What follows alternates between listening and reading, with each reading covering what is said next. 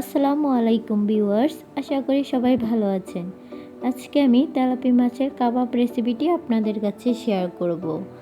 Beef কিংবা chicken কাবাব তো কম বেশি সবাই খেয়েছেন। মাছের তৈরি কাবাব কি সবাই খেয়েছেন? এটিও খেতে মাংসের কাবাবের চেয়ে কোনো অংশে কম নয়। চলুন দেখে আসি কিভাবে আমি এই মাছের কাবাবটি তৈরি করে থাকি। সেজন্য এখানে আমি কিছু তেলাপিয়া মাছের টুকরো নিয়ে নিলাম। আমি এগুলোকে কেটে ভালোভাবে ধুয়ে নিয়েছি।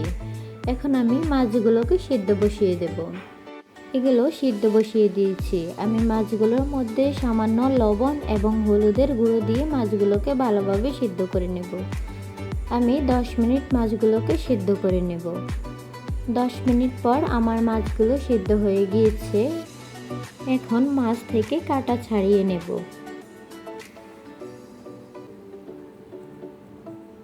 আপনারা দেখতেই পাচ্ছেন আমি মাছ থেকে খুব ভালোভাবে কাঁটাগুলো ছাড়িয়ে নিয়েছি। আমার কাঁটা ছাড়ানো হয়ে গিয়েছে। এখন কাবাব তৈরি করার জন্য আমি এখানে নিয়ে নেব 1 কাপ মসুরির ডাল। আমি ডালগুলোকে ভালোভাবে ধুয়ে সিদ্ধ বসিয়ে দেব। তারপর দিয়ে দেব পরিমাণ মতো লবণ এবং হাফ টেবিল চামচ হলুদের গুঁড়ো। আমি ডালগুলোকে 15 মিনিট সেদ্ধ করে নেব। 15 মিনিট পর ডালগুলোকে আমি সেদ্ধ করে ভালোভাবে পানি শুকিয়ে নিয়েছি। এখন কাবাব তৈরি করার জন্য যেসব উপকরণগুলো আমি ব্যবহার করব সেগুলো আপনাদেরকে এক নজরে দেখিয়ে দিচ্ছি। এখানে নিয়ে নিয়েছি 1 কাপ পরিমাণ ব্রেড ক্রাম্ব, নিয়ে নিয়েছি পেঁয়াজ বেরেস্তা, আমি এটা আগে থেকেই রেডি করে রেখেছি। নিয়ে নিয়েছি কাঁচা পেঁয়াজ কুচি, 3টি কাঁচা মরিচ কুচি, ধনে পাতা কুচি, পুদিনা পাতা,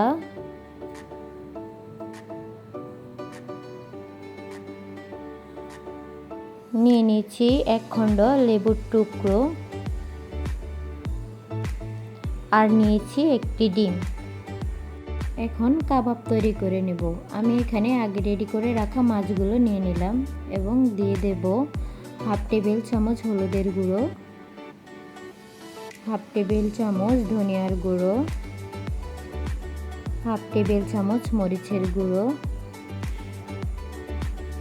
পরিমাণ মতো লবণ, দিয়ে দেব আদা রসুন বাটা 1 টেবিল চামচ,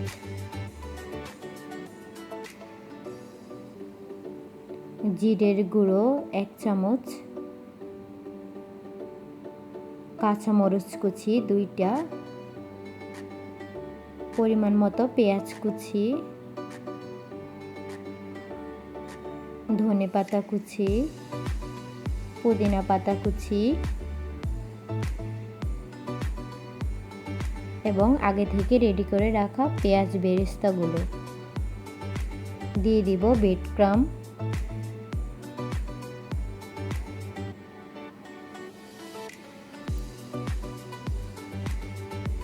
ডালগুলো দিয়ে দেব। তারপরে দিয়ে দেব 1 টেবিল চামচ সয়া সস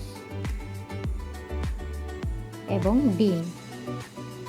এখন আমি সবগুলো উপকরণকে ভালোভাবে মিশিয়ে নেব। আপনারা দেখতেই পাচ্ছেন আমি সবগুলো উপকরণকে খুব ভালোভাবে মিশিয়ে নিচ্ছি। তারপর আমি লেবুর রসটা দিয়ে দেব।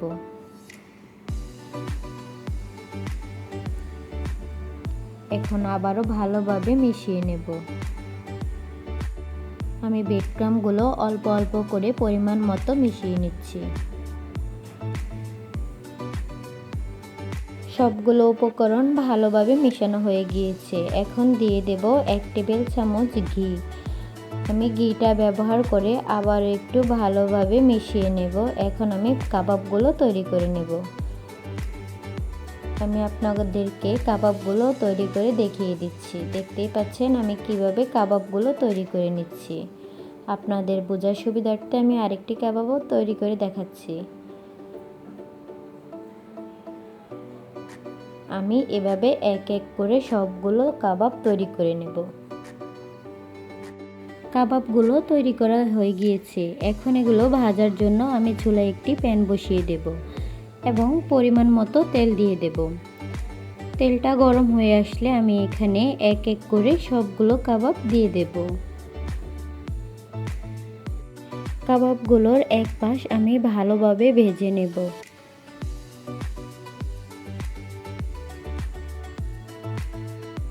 আমার এক পাশ ভাজা হয়ে গিয়েছে। এখন আমি কাবাবগুলোকে উল্টে দেব এবং অন্য পাশ হতে দেব।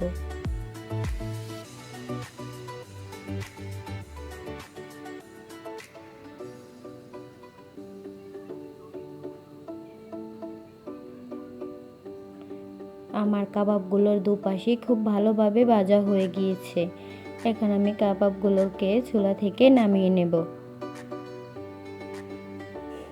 আপনারা দেখতেই পাচ্ছেন আমার কাবাবগুলো কত সুন্দরভাবে দুপাশ ভালোভাবে ভাজা হয়ে গিয়েছে। এখন আমি এক এক করে বাকি কাবাবগুলো একইভাবে ভেজে নেব।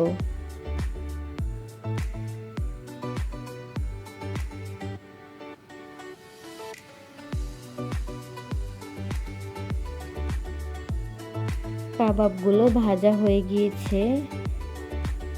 এগুলো আমি ঠিক একইভাবে চুলা থেকে নামিয়ে নেব।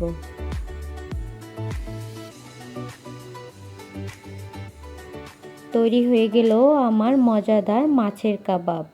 আপনারা যদি এই রেসিপিটি বাসায় এখনও ট্রাই না করেন, অবশ্যই এটি বাসায় ট্রাই করবেন।